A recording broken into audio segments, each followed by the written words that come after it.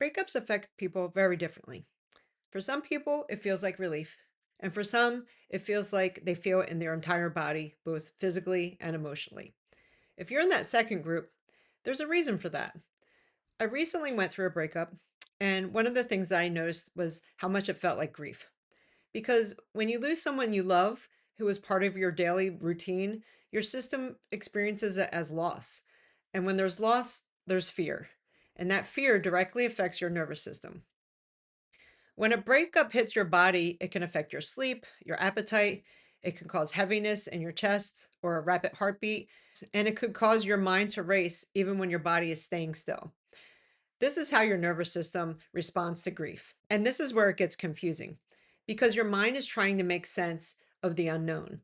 You start asking about the past, what happened, what did I miss, what could I have done differently? And when those answers aren't there, your mind fills in the gap with every scenario you can imagine. And that's what makes it even harder. Your mind is moving between the past, the future, and the imagined scenarios. And none of them are happening in the present moment. And at some point, I started to realize the only thing that I had control over were my thoughts.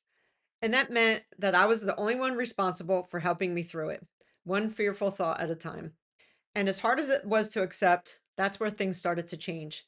I started to ask myself different question. Instead of asking myself, why is this happening to me? That question left me feeling helpless and hopeless and more like a victim. And I didn't want to feel like that anymore. I began asking myself, what is this experience showing me? And that's when I realized that there was something underneath all of my stress, and it was fear. Of course, fear of being alone, fear of not being chosen, fear of starting all over again. It created so much anxiety, that fear of the unknown. And all those fears were a driving force that were influencing my emotions. My thoughts were preventing me from trusting myself. This awareness was the first step. So the next step was starting a consistent meditation practice to slow down the momentum of my racing thoughts so I can witness them in real time.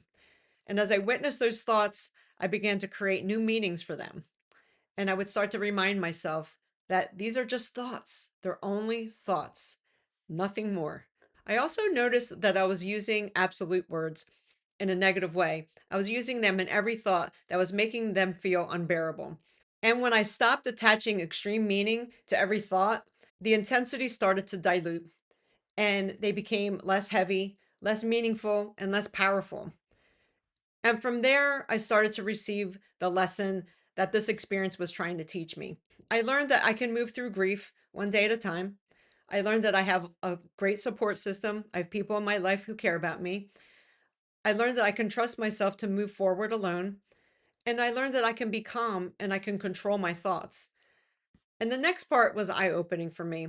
It's not your job to fix someone, and it's not their job to fix you. A healthy relationship requires both people to show up consistently and to trust each other enough to face their fears together. And when someone creates distance, respect them, respect their distance. Don't chase after them. As difficult as it feels, it's one of the most important things that you can do for yourself and for them is just to let them go. Letting go of control over an outcome is one of the greatest forms of freedom. And that brings me back to this. Stop asking whether they loved you or not. Like the old fashioned saying that have left women guessing for years, does he love me or does he love me not? The real question is, do you love you? Do you love yourself? Do you love yourself enough to choose you? Because there's nothing wrong with choosing yourself. And when you do, you stop waiting for someone else to choose you. This experience has opened my heart in ways I could have never imagined. And one thing is for sure, if we hadn't have broken up, I would have never made this video. And if this video helped you in any way, maybe that's one of the reasons. So thank you for watching.